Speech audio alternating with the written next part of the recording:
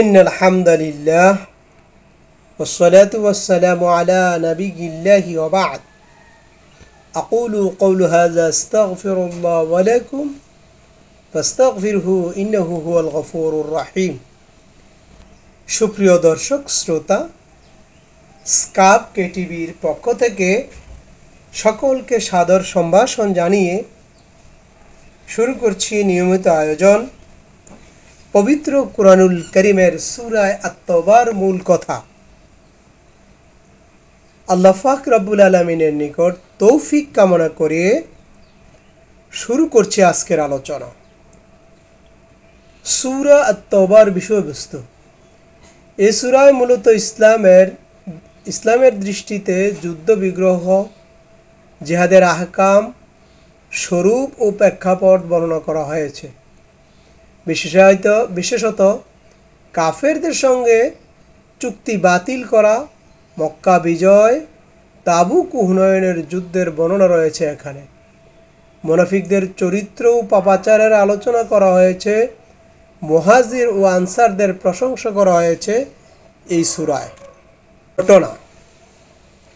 আল্লাহ পাক রব্বুল আলামিন সূরা আত-তাওবায় যে ঘটনাগুলি বর্ণনা করেছেন সেগুলি হলো হুনাইনের যুদ্ধে পরীক্ষা। হুনাইনের যুদ্ধে আল্লাহ পাক রব্বুল আলামিন সংখ্যাধিক্যের কারণে মুসলমানদের যে আত্মতৃপ্ত হয়েছিল বা আত্মপ্রসাদ হয়ে সৃষ্টি হয়, এই কারণে আল্লাহর তরফ থেকে পরীক্ষামূলক মুসলিম শিবিরের শুরুতেই বিপর্যয়ে পড়ে। এরপরও মহান আল্লাহ পাক রব্বুল আলামিন কিভাবে রাসূলুল্লাহ সাল্লাল্লাহু আলাইহি সাল্লাম এবং তার সহযোদ্ধাদের স্বস্তি ও মনোবল দিয়ে সাহায্য করেছেন এবং বিজয়ের বন্দরে পৌঁছে দিয়েছেন, এই ইতিহাস বর্ণিত হয়েছে সূরা আত-তাওবার 25 থেকে 27 নম্বর আয়াতে। আল্লাহ পাক রব্বুল আলামিন সূরা আত-তাওবায় তাবুক যুদ্ধের বর্ণনা দিয়েছেন। তাবুক যুদ্ধটি হলো রাসূল সাল্লাল্লাহু আলাইহি সাল্লামের জীবনের সবচাইতে কঠিন একটি অভিযান। তীব্র গরম, দুর্গম পথ, মদিনায় খেজুর পাকার মৌসুম হওয়ায় এ যুদ্ধে মুনাফিকরা মিথ্যা অজুহাতে অংশগ্রহণ করেনি। সূরা আত-তাওবার ৩৮ নম্বর আয়াতে আল্লাহ পাক রব্বুল আলামিন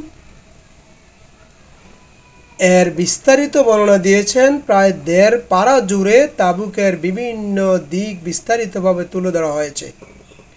পবিত্র কুরআনুল কারীমে এত দীর্ঘ পরিসরে আর কোনো বিষয় আলোচনা করা হয়নি। এত দীর্ঘ বিবরণ মুমিনদের জন্য রয়েছে বিভিন্ন শিক্ষণীয় বিষয় ও জরুরি বিধিবিধান। সূরার ৩৮ থেকে ১২৯ নম্বর আয়াতে আল্লাহ সুবহানাহু ওয়া তাআলা এই বিধিবিধান উপস্থাপন করেছেন। হিজরতের সময় মহান প্রভুর সাহায্য। হিজরতের সময় গারে সাউরের চরম উৎকণ্ঠার মুহূর্তে আল্লাহর প্রতি রাসূল সাল্লাল্লাহু আলাইহি সাল্লাম এবং হযরতে আবু বকর রাদিয়াল্লাহু তাআলা আনহুর অবিচল আস্থার বিনিময়ে আল্লাহ তাআলা কর্তৃক অদৃশ্য বাহিনী দিয়ে সাহায্য করার বর্ণনা উঠে এসেছে এই সূরার ৪০ নম্বর আয়াতে। আল্লাহ পাক রব্বুল আলামিন নবম হিজরিতে তাবুক যুদ্ধে অংশগ্রহণ না করায় সাহাবাদের তাওবা কবুল করেন। নবম হিজরিতে ঐতিহাসিক তাবুক যুদ্ধে অংশগ্রহণ না করা কয়েকজন সাহাবী অনুতপ্ত হয়ে নিজেদেরকে মসজিদে নববীর খুঁটির সাথে বেঁধে রাখেন। পরবর্তীতে তাদের তাওবা আল্লাহ সুবহানাহু ওয়া তাআলা কবুল করেন। কৃতজ্ঞতা স্বরূপ তারা সাদকা পেশ করেন। পৃথিবীর ইতিহাসে আত্মশুদ্ধির এমন দৃষ্টান্ত বিরল। ঈমানদারদের জন্য এটা তওবার সর্বোত্তম উদাহরণ। সূরার ১০২ নম্বর থেকে 105 নম্বর আয়াতে আল্লাহ পাক রব্বুল আলামিন এর বিস্তারিত বিবরণ দিয়েছেন। মসজিদ নামে মদিনার মুনাফিকদের মদিনায় ঘর তৈরির ঘটনা। মুসলমানদের বিরুদ্ধে ষড়যন্ত্রের জন্য মসজিদ নামে মদিনায় একটি ঘর নির্মাণ করেছিল মুশরিকরা, মুনাফিকরা।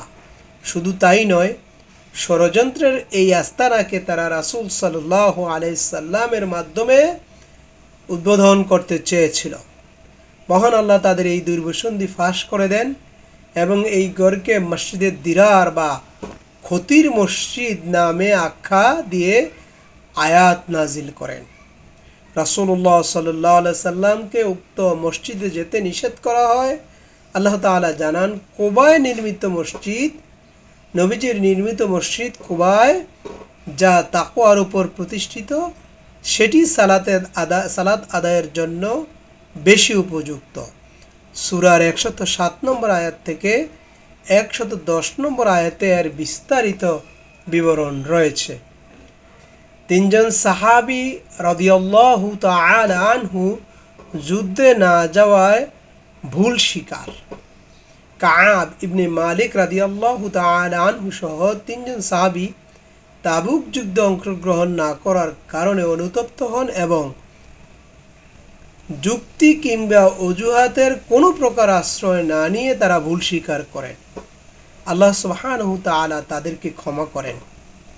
অন্যায় হয়ে গেলে অজুহাত না দেখিয়ে অকপটে ভুল স্বীকার করতে হবে, এটাও এই ঘটনার একটি বিরল শিক্ষা। সূরার 118 নম্বর আয়াতে আল্লাহ সুবহানাহু তাআলা এই বর্ণনা দিয়েছেন। আদেশসমূহ। সূরা তওবায় আল্লাহ সুবহানাহু তাআলা যে সমস্ত আদেশগুলি করেছেন সেগুলি হলো আল্লাহর রাস্তায় জিহাদ করার ব্যাপারে আদেশ প্রদান করা হয়েছে সূরার 29 নম্বর আয়াতে।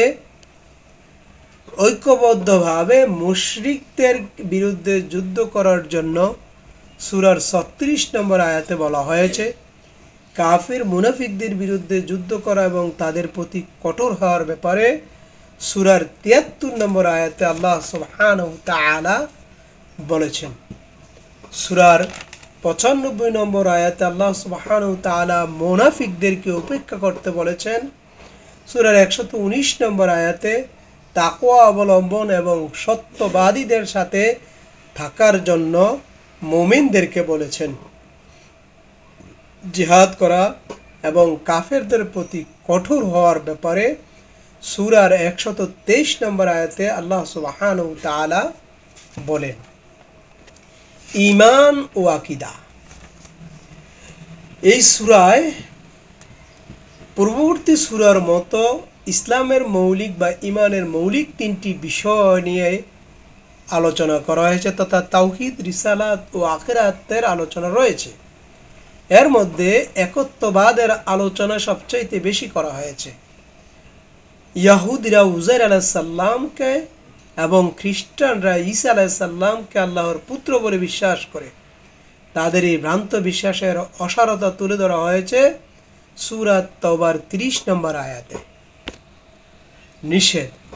আল্লাহ সুবহানাহু তাআলা এই সূরায় যে সমস্ত নিষেধগুলি করেছেন, যে সমস্ত কাজ করতে নিষেধ করেছেন, সেগুলি হলো আপন জনও যদি ইসলামের উপর, ঈমানের উপর কুফুরকে প্রাধান্য দেয়, তবে তাদেরকে বন্ধু বা অভিভাবক না বানানোর কথা বলা হয়েছে সূরার 23 নম্বর আয়াতে।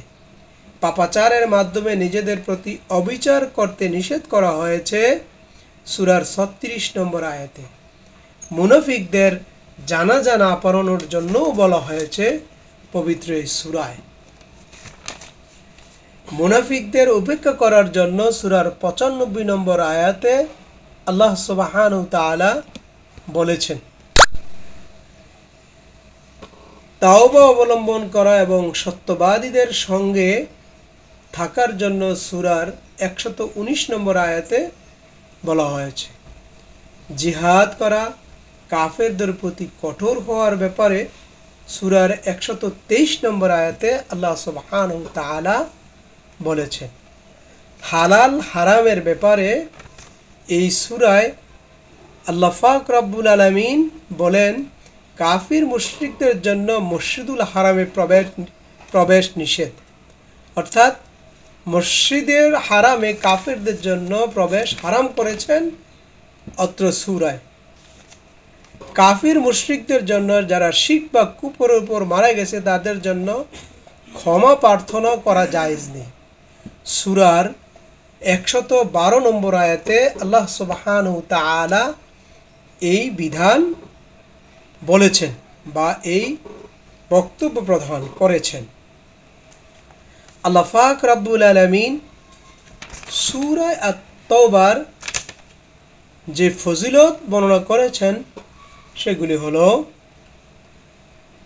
হাসবিয়াল্লাহু লা ইলাহা ইল্লা হুয়া আলাইহি তাওয়াক্কালতু ওয়া হুয়া রব্বুল আরশিল আযীম। আল্লাহই আমার জন্য যথেষ্ট, তিনি ব্যতীত আর কোনো ইলাহ নেই, আমি তার উপরই ভরসা করি এবং তিনি আরশের অধিপতি। সকাল সন্ধ্যা উক্ত আয়াত 7 বার পাঠ করবে।